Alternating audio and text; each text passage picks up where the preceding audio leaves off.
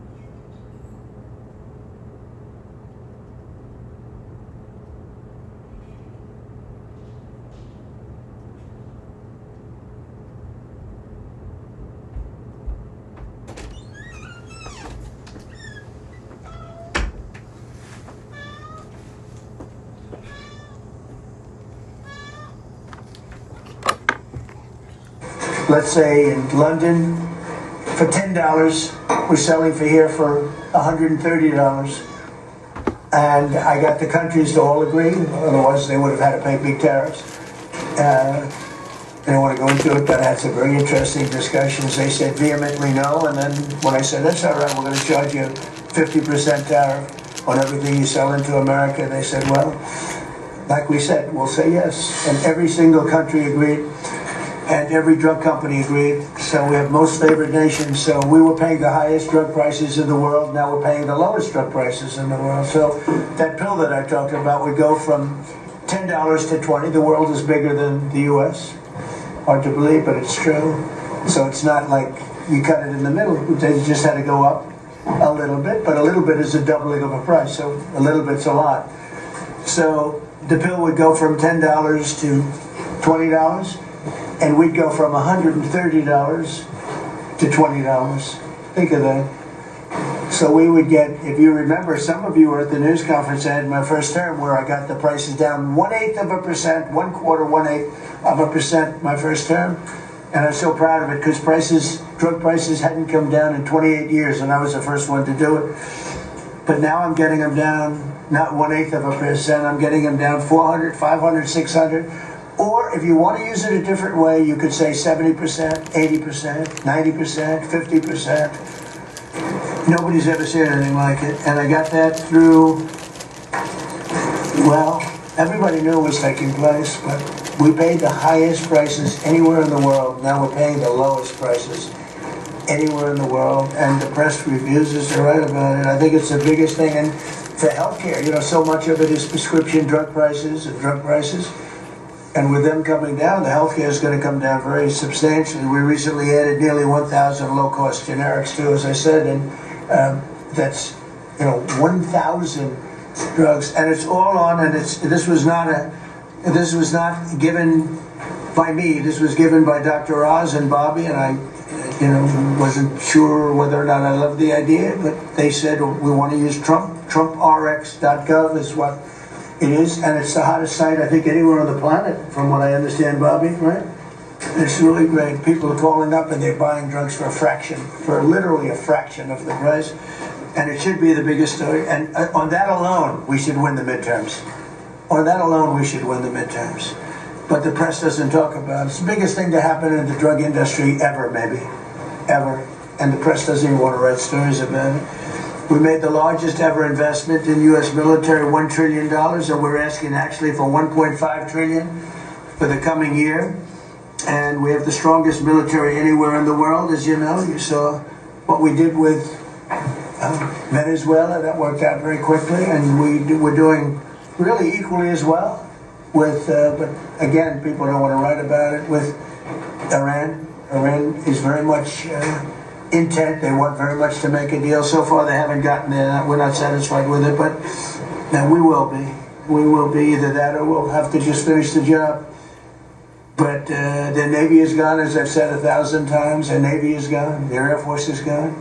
Everything's gone, and they're negotiating on fumes. But we'll see what happens. Maybe we have to go back and finish it. Maybe we don't. Right now, I mean, you can speak to Steve Witkoff and Jared. They're doing a good job, but right now I think it looks like they want to just make a deal. They want to. I don't think they have a choice. They're just going back to the internet because they're getting clobbered. Their economy is in free fall. They have 250% inflation. Their money has no value. And their whole economic system is broken down. They thought they were going to outweight me, or we'll outweight him. He's got the midterms. I don't care about the midterms. Look what happened last night. That was the prelude to the midterms. People understand it. They know that, very simple, Iran cannot have a nuclear weapon. I'm doing that for the world. I'm not doing it just for us. And we've had great support from other nations, by the way. We don't need it at all, but we've had great support from other nations. The problem is you always get the support when you don't need it. When you need it, you don't get the support. With Operation Epic Fury, our warriors are ensuring that the world's #1 state sponsor of terror never obtains a nuclear weapon, and they won't. Under the leadership of Vice President J.D. Vance, very proud of this, the White House Task Force to Eliminate Fraud is waging war on waste, fraud, theft, and abuse like nobody's ever seen before. He looks like Elliot Ness. You ever see Elliot Ness? I'm telling you, the guys that are up there are all casting, standing there. What a group of people. No, it looks like a movie. I'm going to make a movie out of it, I think. And they're finding billions and billions and billions of dollars. And I just said, that's good. He said, you haven't seen anything yet. Just said that. And, you know, if he does really great, we'll have a balanced budget without having to do anything. This is the kind of money they stole. They're crooks. They're thieves, and I hope that Todd is going to do a real job. These are crooked people. These are thieves. This isn't like a mistake. We're just talking about one person. He got hundreds of thousands, millions of dollars for securing one man, for taking care of one elderly man. He was a service. He got paid millions of dollars for taking care of one man. Total crook. They're all crooks. The Somalians, what they've done to Minnesota, the Somalians, they're crooked as hell. Ilan Omar, crooked as hell. They're all crooks. And we got them. We got them. Now we're putting the clamps on, but boy, I tell you, that's an impressive group of guys that you have behind you. I was watching that, and a couple of very strong women, too. But I was watching that last night. I said, I'm proud of you guys. In 2 months, we've exposed tens of billions of dollars of defrauded taxpayer money, prosecuted numerous fraudsters, Todd, and stopped billions of suspicious payments, very suspicious. Oh, you haven't seen anything yet? Well, you see, I'm getting reports from Todd, from JD. I've never seen anything like it. The kind of, just hundreds of billions of dollars was stolen. And no other administration would do what we're doing. Just let it go. Everybody was getting rich. And I think we have a chance to save Social Security without doing anything to it by just the numbers of fraudulent people on Social Security, people that are 115 years old, 125 years old, getting payments. It's funny, I said, oh, do those payments get turned back? No, they accept them. Well, somebody's getting the payment. It's not a person that's 125 years old. But that's the least of it. The numbers that we're finding out, we have great people in Social Security. We're going to make our Social Security so strong, so good, that you'll never see anything like it. We're going to protect. I said right from the beginning, we're going to protect our people in Social Security. If the Democrats ever got in, you wouldn't have Social Security would be bankrupt. People wouldn't be getting anything.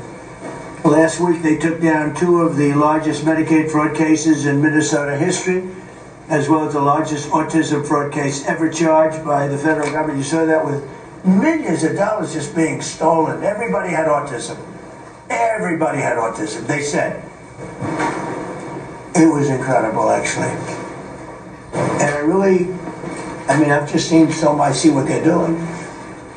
You haven't seen anything yet.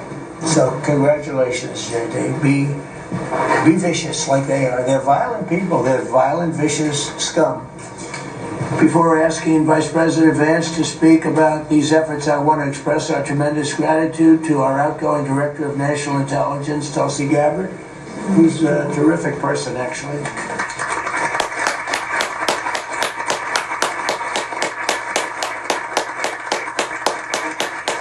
Came up with some findings that were pretty good. And Tulsi's worked tirelessly to restore trust and focus, the intelligence, and with the intelligence community. They all respected her. They listened to her. She gave us leads that were pretty much, people thought they were dead, and they weren't dead. They were right there, and she was able to expose a lot of things that we used at the FBI with Cash and with Todd and with JD and everybody else. It was amazing. She dramatically reformed the Office of Director of National Intelligence and cutting the staff by 40%, and she prevented countless terrorists and cartel members from entering the United States.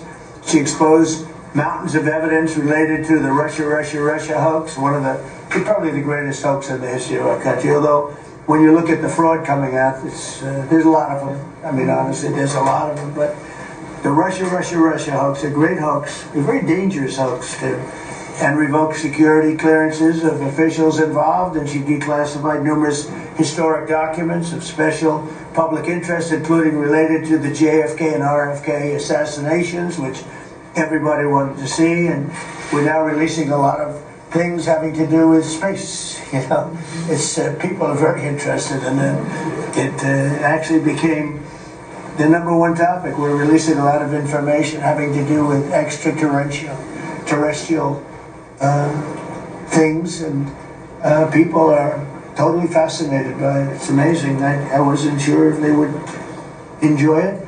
It's literally trending #1. Can you believe it? So a lot of people out there are like it. But we're releasing all of that information. And Tulsi, we're praying for you and for your husband. Her husband's not feeling great, but he's going to feel great soon. You're going to make him. You're going to get him better. And he's a wonderful guy. So just say hello and thank you for the great work you've done. We appreciate it. Thank you very much. And now I'd like to ask JD to say a few words about the war on fraud, followed by Acting Attorney General Todd Blanche, who's doing fantastically, and Secretary of State Marco Rubio, another one. I mean, we have great people. And the Secretary of War, Pete Hegseth, Central Casting. He loves war. I don't like that. He's a good man, Ellen. And Scott Bessent, you talk about a guy doing a job. It's been fantastic. Thank you, Scott. Really fantastic. And a lot of the success that we're having with other countries is what you've been able to do and find.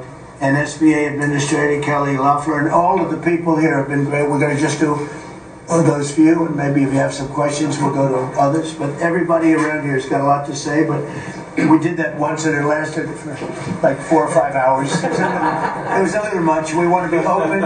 So now if I do this way, they'll say, he didn't let anybody talk. But let's start with JD, and you can talk about a really, really important thing, bringing our country back to honesty.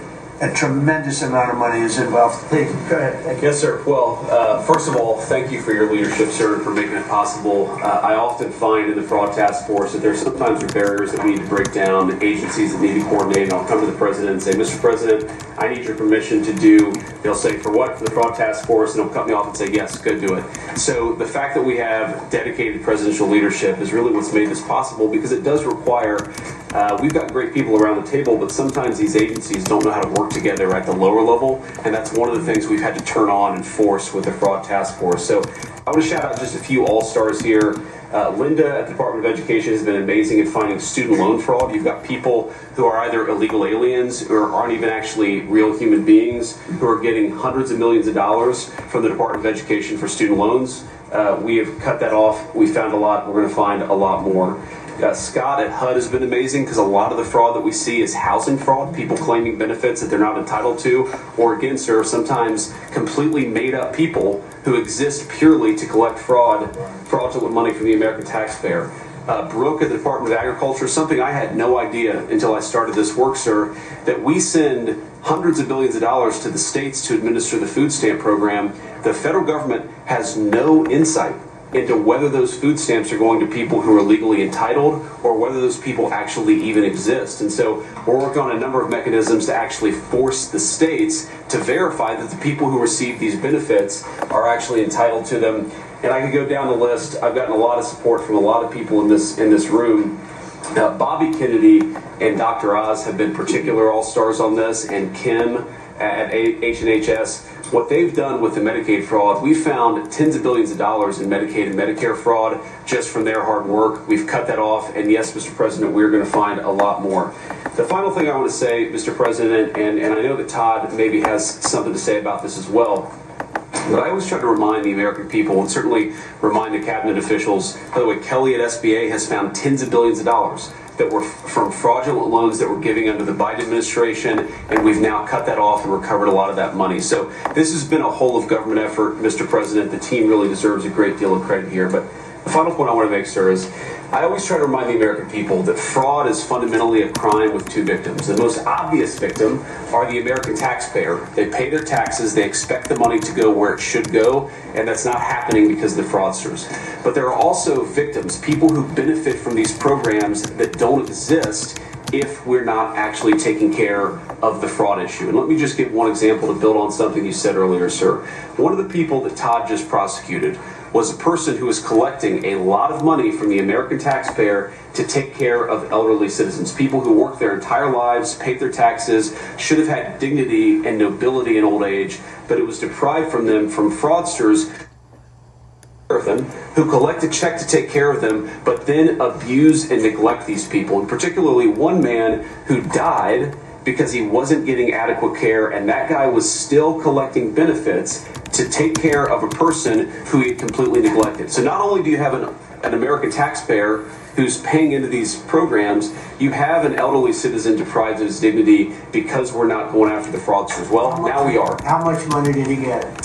Sir, hundreds of thousands of dollars, maybe more than that, but we think that that exact type of fraud has been replayed all over our country. That particular case was outside of Minneapolis. We expect that there are tens of thousands of people who are collecting fraudulent money to take care of people, actually taking care of them. We're of course going to get to the root of as much of it as we can. But again, sir, it's been, I wouldn't say fun, because you find out how much people have been taken advantage of, but it's certainly very good and valuable work. So thank you for giving me the opportunity to do it. Thank you very much. Yes, sir. Attorney General, please. I'll just continue to talk about what the Vice President was just talking about. The way that we are actually, it's one thing to uncover fraud, which we've done, and that's part of it, but it's also prosecuting the bad guys that are doing it and stopping it from continuing. And that's where you have, everybody in this room has inspector generals. And for many years, these really hardworking law enforcement members would identify fraud, and nobody did anything about it. DOJ prosecuted it, but spent a very little resources on that. So what we've done just in the past 51 days, over 400 law enforcement actions in this country related to major fraud. That's search warrants, that's arrests, that's convictions, that's indictments that are filed, and that's just 51 days. And it's not just the great prosecutors. It's the FBI agents, it's DHS and HSI agents. It's everybody in this room that has inspector generals that are now they have been freed up, and it's because of you. It's because of the Vice President saying this is going to be a priority of what we are going to do. Not just the Department of Justice, even though we're the prosecutors that are putting bad guys in jail. It's also the law enforcement at every agency, FBI and DHS. And so we're already seeing results. We had a $1 billion fraud, a conviction at trial last week out of Florida. And this was an organization that was stealing from senior citizens in Florida, duping them. There were call centers set up in the Philippines, and they were duping them to buy medical equipment that they didn't need, that they would never get, and that the taxpayers paid for. And so that's a good win. We arrested 15 guys in Minnesota last week. The Vice President mentioned one of them. These are people that are not, they're just stealing, and many of them are here illegally. And so you have people who are in this country illegally who are then taking advantage. And the Vice President says something a lot that resonates with me: the generosity of the American people, the generosity of everybody in this room, the leadership, to take care of the people in this country that are the most, that deserve it the most. Children who are supposed to get food at school, and you have men just stealing, taking that money. And so that's what we're focused on. We are standing up, as you know, Mr. President, you allowed us to stand up a new division at the Department of Justice. It's our entire existence of that division is to combat what we're talking about. And then every U.S. Attorney's Office is now focused on it as well. So this is something that will result in a better place for every citizen in this country, and save money, a lot of money, and also it's the right thing to do for our tax dollars, Mr. President. And billions of dollars was given out just very quickly before Biden left office. Billions and billions were given out. And I mean, I know of many cases, but one, I don't know what's happened with it, but I think you're looking at it. I know Lee was involved in it environmentally. Stacey Abrams was given $2 billion for an account that had $103 in it, an environmental fraud, I guess. And she had $103 in this newly opened account. And before leaving business, they put $2 billion into the account. And they had no reason for existence. They were unable to say what they did with it. $2 billion. Lee, do you want to just mention something about that? Thanks to your leadership, Mr. President, that was canceled. And they no longer have access to that $2 billion. They fought like hell. They wanted that money. Go ahead. In fact, it was over $29 billion that it's now been canceled at EPA. You told us to make it a priority. This happened as soon as you came in. After the election, before your inauguration, they were caught on video saying that they were rushing to get billions of dollars out the door before you're swearing in, because they were afraid that once you were sworn in, you were going to stop it. Well, that part, they were right. We did. We did. And yeah, no, we're happy to do it, Mr. President. And the Department of Justice under Todd Blanche's leadership, they just secured another big win in the appeals court on some recently canceled grants for different agencies. So great attorneys making sure that this accountability is delivered over the finish line. It's been a great team effort. And we're building more, most importantly, we're building more factories and plants in the United States now than at any time ever before. $18 trillion coming in. That's not including the 12th month, that's 11. And I say it often that the Biden administration had much less than 1 trillion, and we have 18 trillion. And when those final numbers come up, they'll be even higher than that. That's a record in the history of the world. No country's ever done that. And that money's going into plants, and you are giving them very fast approvals, thorough and environmentally correct, but fast approvals, and you do it.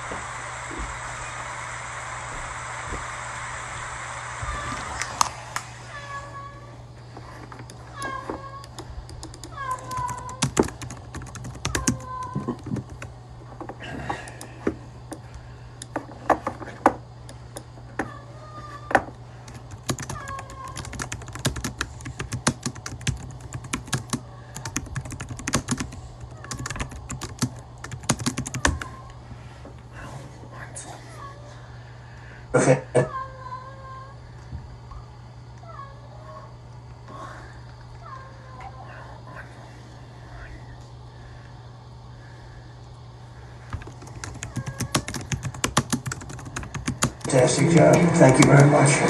Another man doing a fantastic job, I think we all agree, is Marco. You're all over the place, right? I watched you last night. 3 different locations. So tell us about Iran. Well, first of all, the bottom line is Iran's never going to have a nuclear weapon.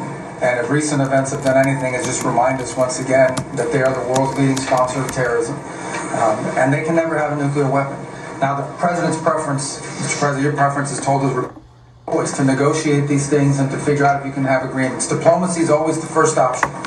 And we continue to work on that through your envoys, Mr. Witkoff and Kushner and others, the vice president, who've been very involved. And if there's an agreement to be made, we want that to be made. I think there's been some progress and some interest, and we'll see over the next few hours and days whether progress could be made. I just want to remind everybody, Mr. President, you know this well, you have other options available to you if that doesn't work. But the bottom line is that we prefer the negotiated route, and we're going to give it every chance to succeed. You know, you're giving it every chance to succeed. The bottom line, because I keep getting asked, what is this all about? It's very simple. Iran and these people in charge of Iran can never have a nuclear weapon, and they will never have a nuclear weapon, and they most certainly will not have one as long as you're president of the United States. On that point, it's very clear. Just two quick things I want to touch upon. One, you touched upon the border and security. Part of securing our border is dealing with the people that are in this country unlawfully, many of whom do not want to go back to the country that they originally came from for a variety of reasons. Either we can't send them there, or some judge ties us up. And one of the key things we have achieved is now 20 countries have signed third country national agreements, meaning these are safe countries where individuals who refuse to go back to their country of origin can be sent to that country instead. We've got 20 countries now around the world who have signed agreements that allow us to deport people to those places. What often happens when you go to the person who's here unlawfully and say, we're going to send you to this third country, is all of a sudden they decide they'd rather go back to their home country instead. So it gives the ability to enforce our laws, and we work very closely with the Department of Homeland Security on that front. Something else that I know is concerning people, because it's on the news, is Ebola.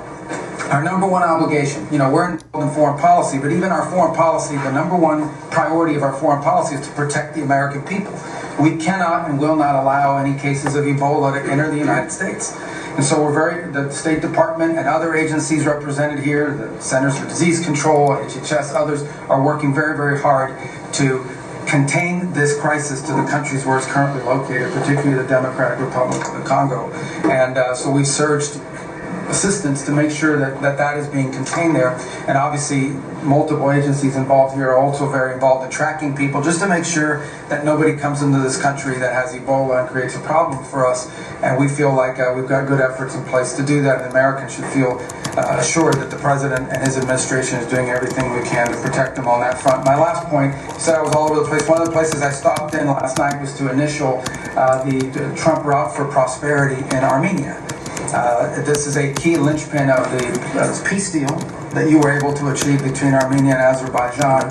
And in addition to that, we also signed a critical minerals MOU with them, and a strategic engagement one as well. So just a reminder of another war you helped to settle, Mr. President. But from that, now we are seeing the emergence of a great new relationship with Armenia that really had grown stagnant for a very long period of time. So we're doing well on that front as well. Thank you. And could I just ask you, Cuba and Venezuela, what's going on there? Well, interesting. On Venezuela, that process continues, that three-phase process, of obviously stabilization, recovery, and transition. I would just say, just since January 3rd of this year, okay, and I think this number's right, Chris or Doug can correct me on this, but I think over 10 million barrels of Venezuelan oil have been delivered to the United States since the 3rd of January. That industry is being professionalized for the first time ever. It's going to the benefit of the Venezuelan people. They are selling oil in the market at market rates. The money's going to an account in the United States, controlled and monitored by Treasury, audited by KPMG, and it's for the first time ever the money's not being stolen. It's going to the benefit of the Venezuelan people. Cuba's in a lot of trouble, because unfortunately for them, it's run by a bunch of incompetent communists. Being communist is bad, being an incompetent communist is like the worst. And but the country's been taken over by this company called Gaesa that basically controls 70% of the economy. None of the money in that company goes to help the Cuban people, none of it. So we'll be talking to them, we'll be working on it. We want something good for the Cuban people, and hopefully there'll be a good outcome there for them. There needs to be. It's 90 miles from our shores. And having a failed state 90 miles from our shores is a threat to the national security of the United States.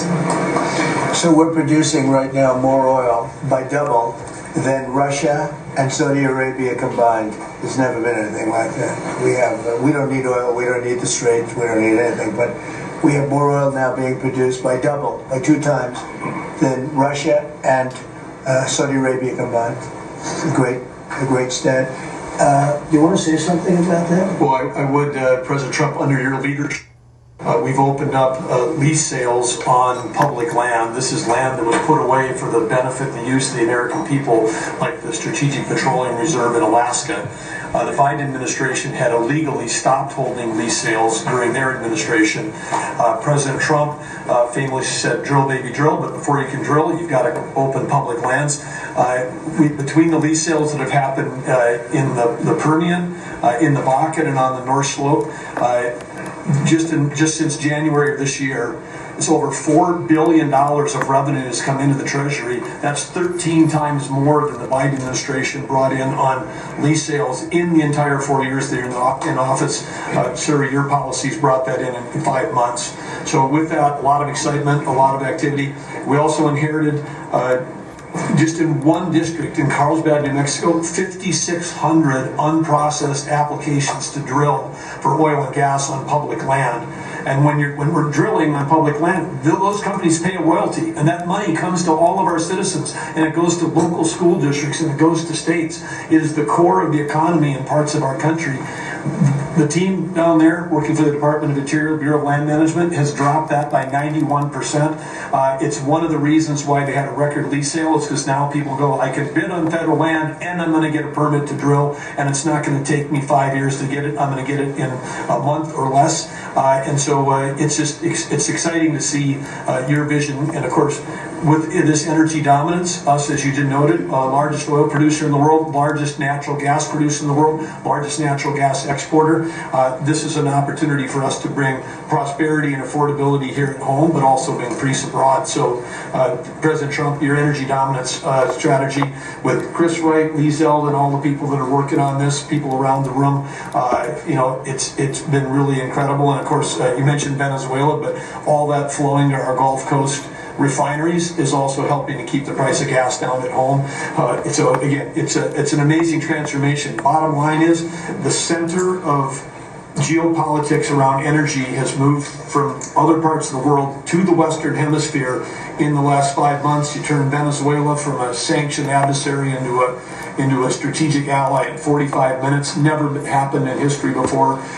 And what's going on in Alaska, when I was there last week in Alaska, the North Slope, 80,000 barrels a day coming online at Pica. That wouldn't have happened with you. It's up by Willow on the North Slope. That's going into the Alaska pipeline. 20% increase just off that one field.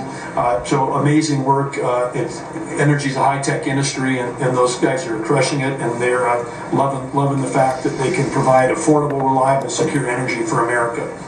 And we're working very hard in California. You know, a lot of people don't know this, but California has tremendous oil reserves. It used to be number 3 in the nation, and the radical left has just wiped it out. And we're working very hard to get that open again and get it so the people, their gasoline prices, their lack of energy is just staggering. It's staggering. And we're actually making very good progress. Even people that were against that at one point, now they're saying, wow, that would be great. But people don't realize it was one of the, right, Chris, it was one of the top drilling states, one of the, I would say in terms of reserves, as among the top in the country. Nobody thinks of that with California. Everything was just closed down, really violently closed down. And we're opening up some of it, and we're being met with actually great spirit, because they're paying so much for gasoline that they don't have to be doing that. And they have a very incompetent group of leaders, like grossly incompetent. So I think that's going to be something. On a slightly smaller subject, while Doug was speaking, Department of Interior, he and his people have done a fantastic job on D.C. D.C. is looking beautiful. The fountains are almost all open. We had 28 of them.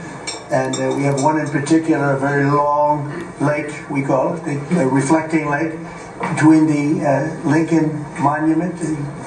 Nobody's ever seen anything like it. You take a look at, between Lincoln and Washington, you have the longest, like 2,400 feet long.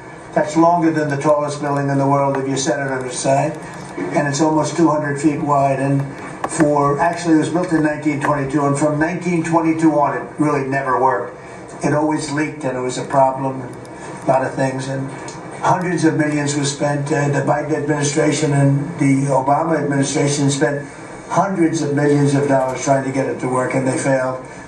And we'll be spending, you'll give me a number, but I think it's a very low number. It's like in the number that we originally talked about, where we cleaned it, we fumigated it. We had 10 major truck dumpsters of garbage taken out. Can you believe it? A friend of mine came in, very substantial person from Germany, wanted to see the Washington Monument.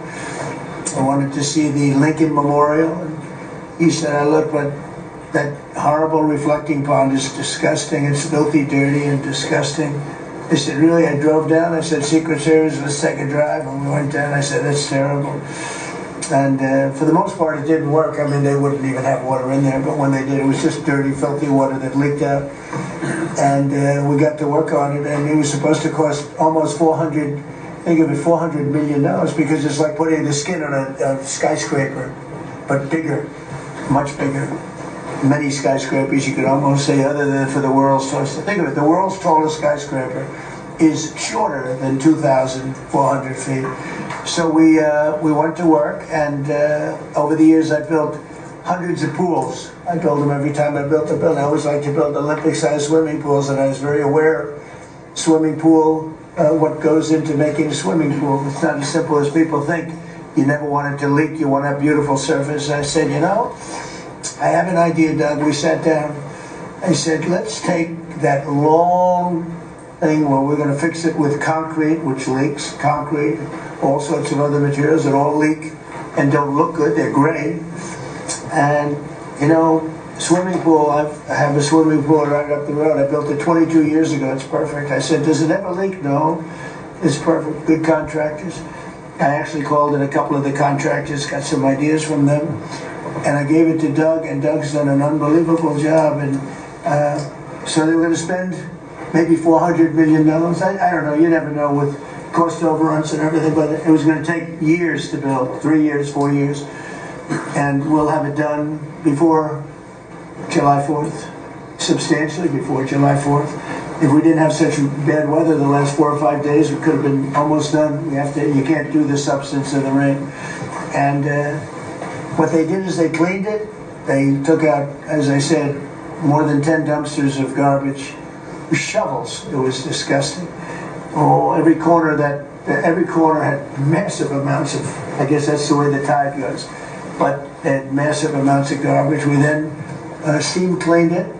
We then sandblasted it, and then we pebble blasted it. That's a bigger version of sand. We made the surface as good as it can be, and we're now covering it with the most beautiful blue, very thick. You think of it as a very sophisticated form of rubber.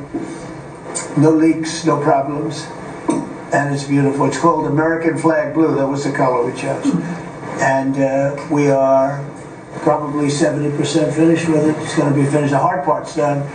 And then we decided to do much more than when I thought I was just going to do the surface, but we said the problem is the outer ring looks pretty bad too, where you walk on. So we sandblasted that. This is all additional work. We didn't want to do, you know, when you do something like this, when you do the one, you think the other looked okay, but then when the other, you see the new surface, the old stuff that looked okay looks really bad. So we cleaned that, sandblasted it. The walkways, all of it. It's a tremendous amount of area. You know, it's thousands of feet long, very wide. This is where the people stand, not the water part, the dry part. And we had a combination of granite and stone, and we're pointing it, fixing it. The joints were terrible, everything. The whole place was a mess. And when it opens in a couple of weeks, long before July 4th, we want to have it for July 4th weekend, but it'll be long before that. You will see something that's really going to be beautiful. And now we're looking at the World War II fountain, because that's also in pretty bad shape. On the bottom, we're going to duplicate it, I think, with the, maybe with a slightly different color. Actually, we'll go with a lighter color. But Doug and I have a lot of fun doing it. Your staff is fantastic. They've really worked well. But the concept, so think of it, instead of spending $200, $300, $400 million, and it will never work, we're going to spend like $10 million maybe, $12 million. Instead of spending 4 years, we're going to spend, like if you add it all up, like a couple of months. And instead of going through 4th of July's as a horrible construction site, we're going to have it open before the 4th of July.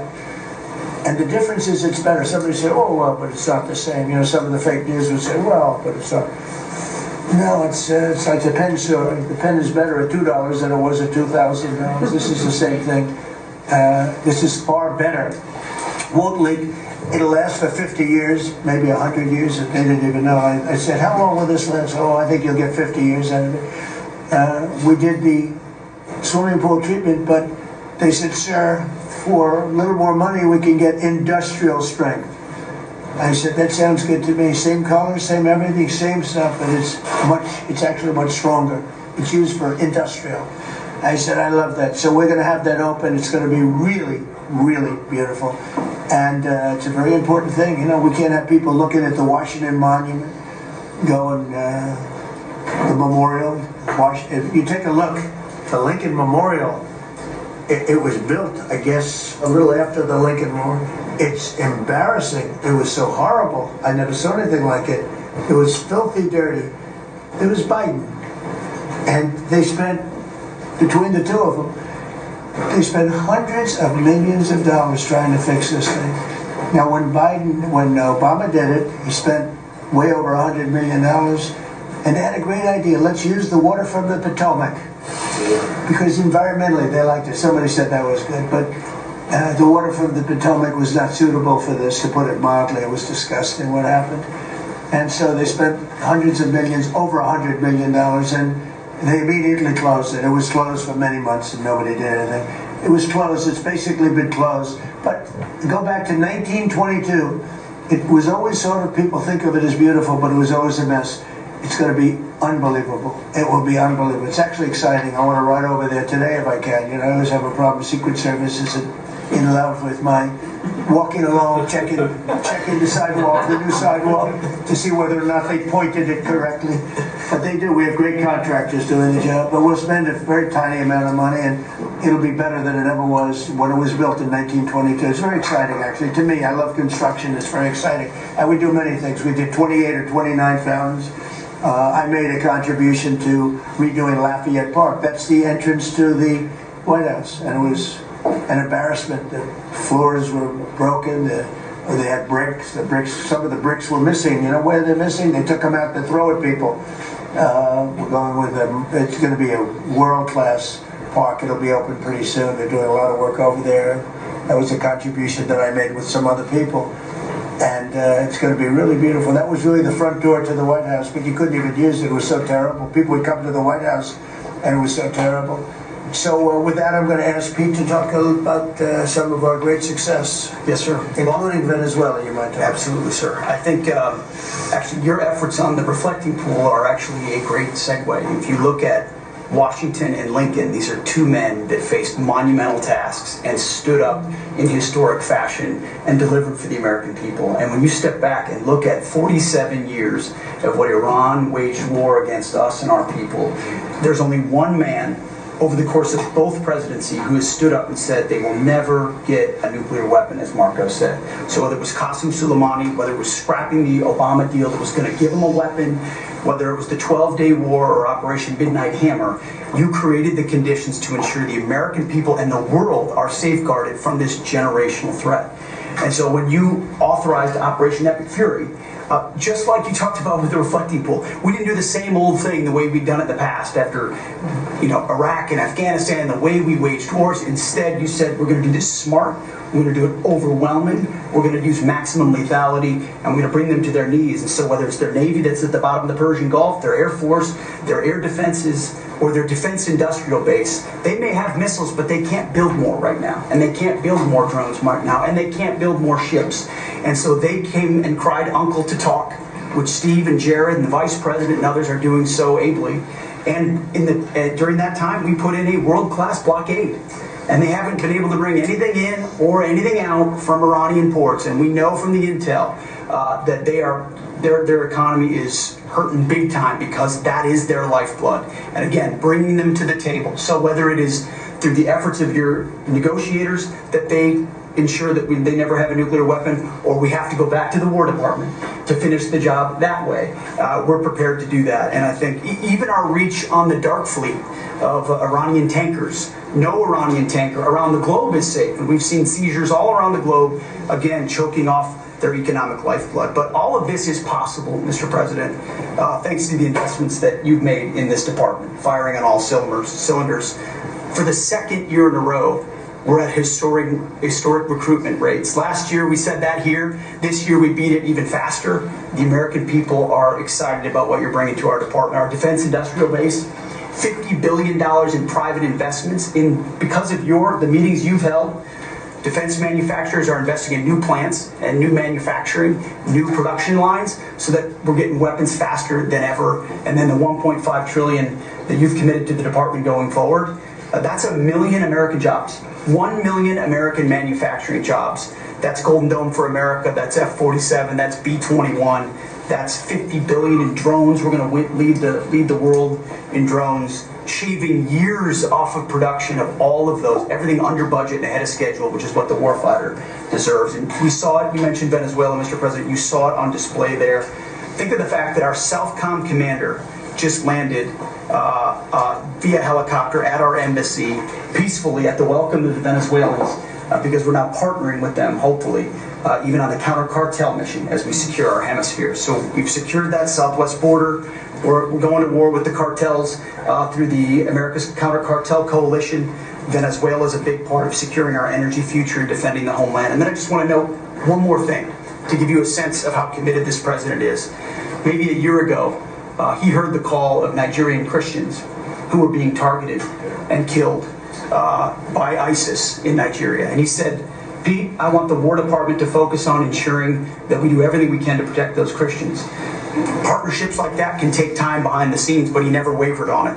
And we got the assets there, and over the last month, and there hasn't been much coverage of this, we killed ISIS #2 in Nigeria, who's most responsible for killing Christians and trying to target the U.S. homeland, and have since, because of the intel we gathered, killed hundreds of ISIS members who were targeting and killing Christians in Nigeria, creating a whole new opportunity there. So there's a lot of things we do that the media pays attention to, and a lot of things that the president empowers the department to do on behalf of the American people that he deserves great credit for. Thank you. Great job. You're doing a great job. I just want to say on recruitment, we're very proud of the fact that for the previous 4 years, previous administration, they couldn't recruit people. And that included, by the way, police and firemen and others. They were not proud of our country. And they couldn't recruit. Anybody with a uniform was having a hard time recruiting. And they set record low numbers. They were way, way behind. And literally from November 5th it started. It started even before we got going. But from the time we won the election to now, we've had numbers of recruitment, the likes of which we've never had. Record recruitment in every single branch, and that includes police and firemen.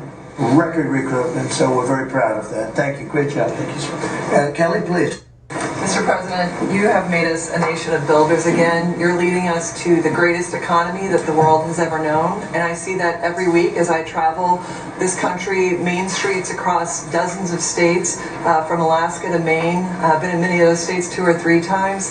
I hear it everywhere I go. Please thank the president for putting us back on track. They thank you, they love you, they want more of what we're doing: tax cuts, deregulation, fair trade, energy dominance. Small businesses are spring-loaded, and we see that in the jobs numbers. In the last 2 months alone, we've created over 300,000 private sector jobs in this country. Most jobs are created by small businesses, 2 out of 3. And small businesses, as you know, make up 99% of all businesses in this country and account for half of our GDP. So when that part of the economy is finally working again, they've gotten out from $5 trillion of regulation that the Biden administration put on hardworking small businesses. They penalized growth, investment, hard work, and success. But thanks to the working family tax cuts that every single Democrat voted against, hardworking families, the welders, the waitresses that I meet on factory floors across this country, from Pennsylvania to New Mexico, where I'll be tomorrow. Brooke and I are going to Arizona tonight. So we see this everywhere we go. It's one of the most underreported stories in the media. Main Street is back, and that's because America first. I'll tell you the other thing about fraud. Small businesses are particularly hurt by the fraud because they're some of our biggest and they show up every day. They work hard to provide for their employees, to build their businesses. They're doing it the honest way, and they see fraudsters taking from the American people. It's taxpayer money. And so you think about, at the SBA, we found $200 billion in fraudulent PPP loans that the Biden administration tried to hide and forgive and sweep under the rug. We've turned the first $22 billion of that over to Treasury for collections, and Execution. Our Inspector General is already announcing that people are going to jail. There are jail sentences now being served. We've announced that 140,000 people have been barred from ever getting SBA loans again, defrauding the government for about $9 billion. So we are going to continue our work under the great leadership of Vice President Vance and appreciate the partnership. It's really accelerated our ability to get the job done. But then just back to small businesses. We have record business formation in this country. That's another story that the media won't tell you. Over 500,000 businesses on average a month this year. So it's not just record people working, strong job creation, business formation at all-time records in this country. But we have manufacturing expansion, 4 consecutive months. That means that's a leading indicator, meaning that we have expansion coming. Of all manufacturers are small businesses. 75% of our defense industrial base is small business. They're our main exporters. And so America First, free trade, fair trade, deregulation, tax cuts, and energy dominance is helping workers on Main Street, and that's why they tell you to tell me to tell you, Mr. President, thank you, and they love you. Well, thank you very much. Great job. Thank you, Kelly. And I just say, you know, we went to China last week. We had an amazing meeting with President Xi. The relationship's very good. We're doing a lot of business with China now, but it's not where they were ripping us off for years and years. They ripped us off like nobody ever got ripped off. Now it's a very profitable business that we do with China. And they respect our country again. We have the strongest military in the world by far, and they respect our country again. Scott, please. Sir, on the economy, 2 words: resilience and prosperity. The continued resilience of the economy speaks for itself, even during the Iran conflict, and it speaks to the strength of your leadership. Pro-growth policies are creating conditions for American families and businesses to prosper. We're entering the second half of our 250th anniversary year with renewed optimism and momentum. It has never been a better time to be an American, and as you said earlier, we have a record number of Americans working. The economy that you are building is not only strong, but secure and resilient and better positioned to compete globally. Real GDP has risen 2.7% over the past 4 quarters, something that many economists said couldn't be done.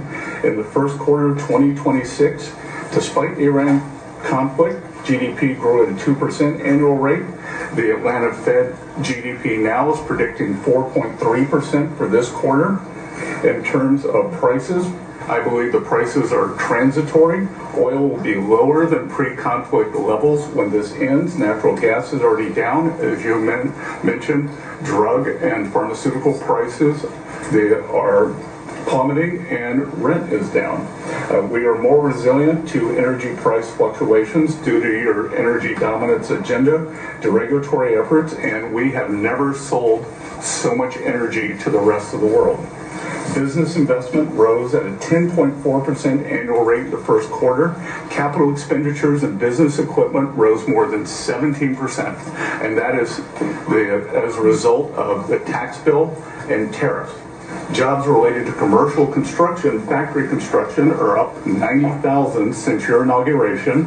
In the past 2 months, the private sector, as Kelly said, has added 313,000 new jobs, and those are private sector jobs, sir, including 13,000 manufacturing jobs. We have construction jobs, we're building the factories, and those will turn into manufacturing jobs.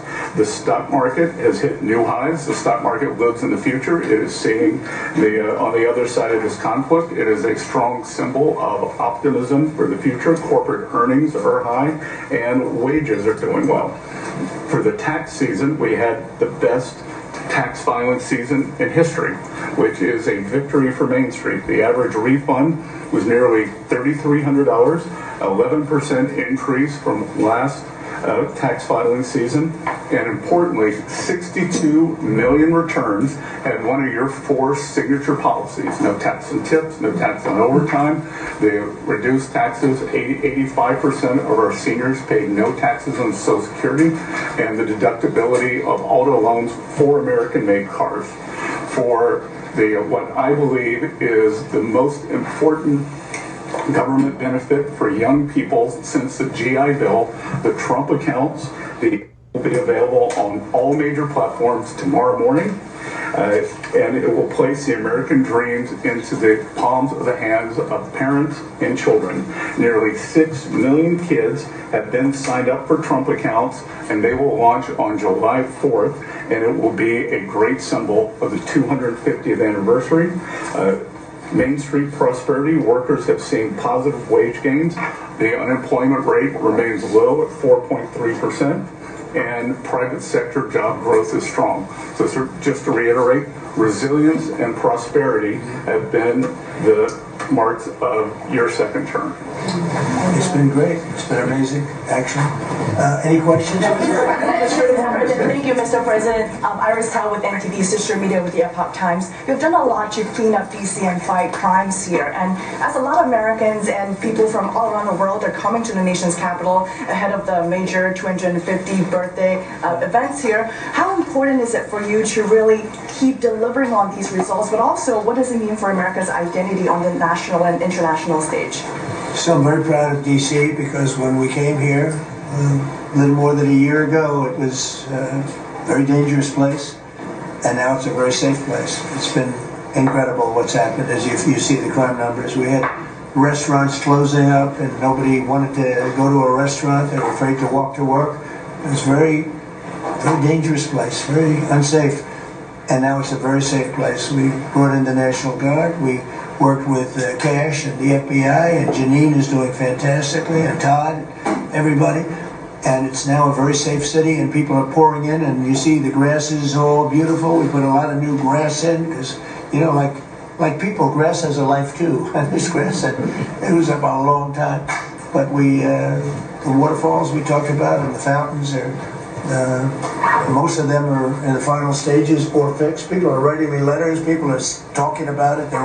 We have some of the most beautiful fountains in the world, and there wasn't one, not one, that worked. We had 29. Out of the 29, not one was worked, in addition to the reflecting pool, which is even, you know, that was the big one of them all, but that was a disaster. So with all of that, and this place is looking beautiful. I rode through it yesterday. Where the fences are down, the homeless aren't staying here any longer. We're helping them out, but we're not, you know, we just can't have them in the nation's capital. And when foreign dignitaries come in, they're saying, the first thing they say to me, this place has really changed. They saw that it was going down, our whole country was going down, just like DC was going down. And as you know, the restaurants were closing up. There weren't very many restaurants, and now they're opening up. You can't get a space. And everyone's going out to dinner and they're safe. And we have the national security and we have the National Guard, and we're going to keep them. You know, I want to, by the way, just in case I mentioned, keep them. And don't lower the number either. So somebody said, oh, are there less? I said, I hope not, but don't lower the number if you don't mind, okay? We're going to surge this summer too. Yeah. They look great. You know what, they give people, we took out 5,000 criminals, hardcore criminals. By the way, 90% of the crime is calculated. They count 2% of the people do 90% of the crime. That's a great number. Because when you get rid of 2%, 2% you can get rid of. 90% you can't get rid of, 2%. So 2% create 90% of the crime, 91% actually, to be exact. And we moved 5,000 people, Todd, out of here. These are career criminals. Many of them came over from the last administration through the open border, the ridiculous open border, no vetting, nobody knew who they were. They came out of prisons, they came out of, they're drug dealers, there were people from mental institutions.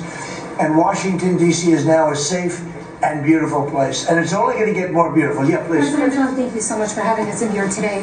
What are your thoughts? Why do you think that Joe Biden is trying to sue the Department of Justice, former President Joe Biden, to have his tapes that he did interviews on blocked from the American people hearing them? Do you think that he's trying to hide something? And maybe Acting Attorney General Todd Blanche could comment on if they will countersue and release those tapes to the American public. Are you talking about it with respect to his book? With respect to his Well, I'd like memoirs. to see it. I don't know. Maybe there's some constitutional reason. I don't know. I would like to see what he has to say, because we can never allow what happened to this country to happen. The man was grossly incompetent, And the Democrats, I call them the Democrats because the policy is so bad, but they came very close to destroying our country. We can never let it happen again, and I hope that you're able to produce that. I think it would be a very interesting reading for people. Mr. President, Iran wants control of the Strait of Hormuz.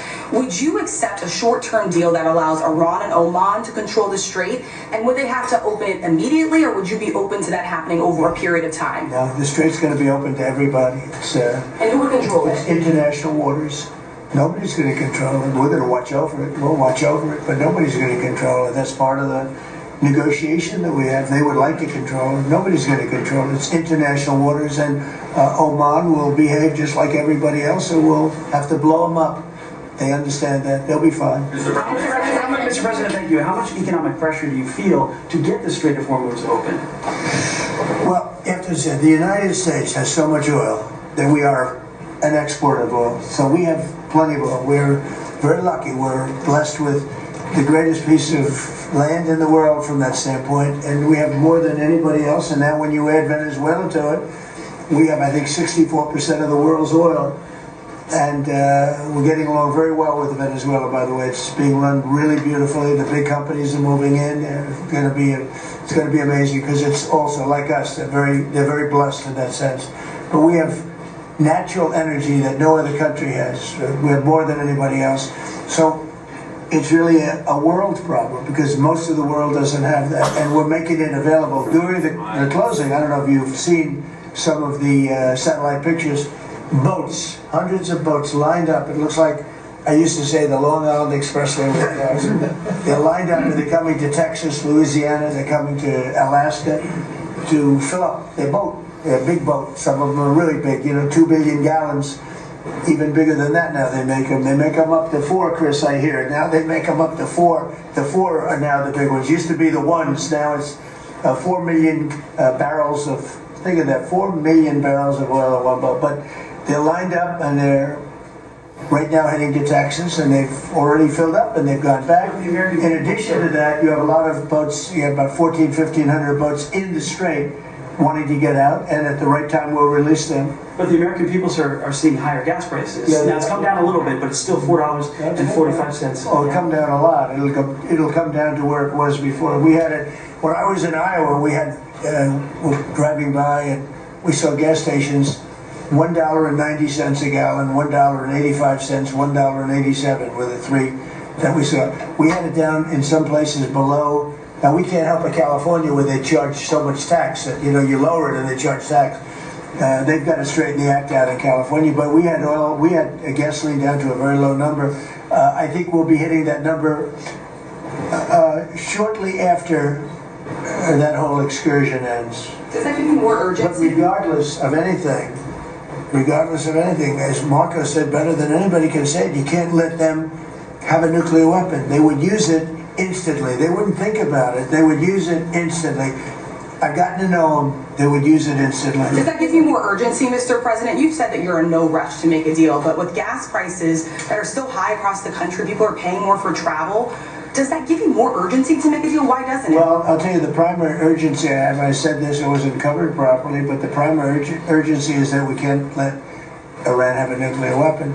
But at the same time, we have a tremendous amount of oil, gas, coal. We have tremendous amounts of energy. We're blessed with something very special.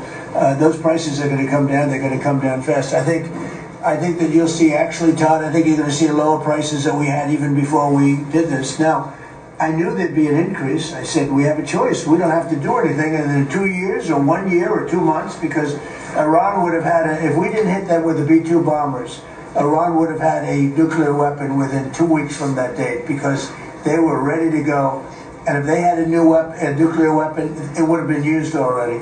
It also would have been used had I not terminated the Obama deal, the Iran nuclear deal as we call it. That was in my first term. Had I not terminated that, they would have had a nuclear weapon a long time ago. I would say it was a guarantee that it would have been used. And it would have blown up Israel, it would have blown up the entire Middle East. And that's never going to happen. Yeah, please. Mr. President, on Iran, would you be comfortable with Russia or China taking their stockpile of highly enriched uranium, and have they offered to do No, that? I wouldn't be comfortable. Mr. President, That would not make me comfortable. is the U.S. considering easing sanctions on Iran to allow Iran to sell its crude to market? No, we're not talking about any easing of sanctions or giving money. No sanctions, no money, no nothing. We have control of money that they claim is theirs. We'll keep control of that money. And when they behave properly and when they do what's right, we'll let them have their money. But right now, we're not doing that, and it's one thing is not contingent on the other. Mr. President, on the shooting last weekend, it came barely a month after the third assassination attempt against you during the White House Correspondents' Dinner. What was your reaction when you first heard about the latest shooting, and what gives you the courage to really keep doing your job effectively without thinking about these threats every day? Well, I can't think about it, because if I thought about it a lot, you know, I wouldn't be a very good president. I wouldn't be here, probably. I'd be up in some room with a locked door and say, just leave me alone. So I can't really think about it. It's just something that it's a sad part of life. It's a dangerous business. What I'm doing is a dangerous business. And they say, and now look, we have been maybe the most consequential, but we certainly have been one of the most consequential. This group has been a very consequential administration. And they say if you're not consequential, you don't have so much problem. If you are consequential, you do. So you have to look at that. But it's a shame. It's a very sad fact of life. Look, anybody in office, not only in this country, in other countries too, but when you are a consequential president, your life is in grave danger. I knew that. Yeah. Mr. President, how would you characterize the current state of the talks with Iran? I guess if it were a football field, what yard line would you be on? Well, I think we're doing very well. They are starting to give us the things that they have to give us, and if they do, that's great. And if they won't, then the man on my left is going to finish them off. Is there a time frame in your mind? What? Is there a time frame in your mind for? I mean, it happens quickly. The problem is every time I mention a time frame, for instance, I see, you know, we've been doing this for a few months. Vietnam lasted 19 years. Korea lasted 8 years. Afghanistan lasted many years. They were all many, many years, and we're into it for a few months. And I read about you people like you. What's taking so long? But we're in it. You know, we lost between two wars, two big wars, Venezuela and Iran. We lost 13 souls, 13 great people. Met the parents, great people. And it's a terrible thing, but 13. If you look at the war casualties and the deaths in wars from Vietnam and all that, they lost hundreds of thousands of people in numerous of these wars. We're very cognizant of that. We want to lose very few. We want very few to be injured. We're very careful. But war is war. War is dangerous. But we've lost 13. I saw the Democrats took an ad putting in the 13 people that were lost. And when you look at hundreds of thousands of people that were lost in the Middle East, Iraq, all the different wars we were in, we have done an amazing job. With that being said, I hate to lose 13. I hate to lose one, but we've been very capable. I mean, when you think of it, we took over Venezuela in one day. We have done a similar job, but we said, well, give them a little chance at the request of somebody that we greatly respect from Pakistan, the Field Marshal and the Prime Minister. They've been great. They asked us, would we pause the war for a little while because they'd like to do so. We'll do that. But we had them beat. They're, you know, no better now. We could close that out very quickly. If we can do it in a different way, that'd be good. If we get everything we want, but we could close that out very, very quickly, and we may have to.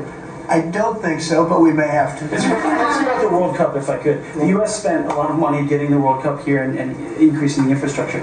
Does the economic benefit outweigh the cost? No, the World Cup is great. It's the most successful they've ever had, ticket-wise. It's they've never had anything that sold so quickly. It's amazing because it's the United States. You don't think of benefits. I call it soccer. You know, it's just easier to do because we have football and they have 2 footballs, right? They call it football.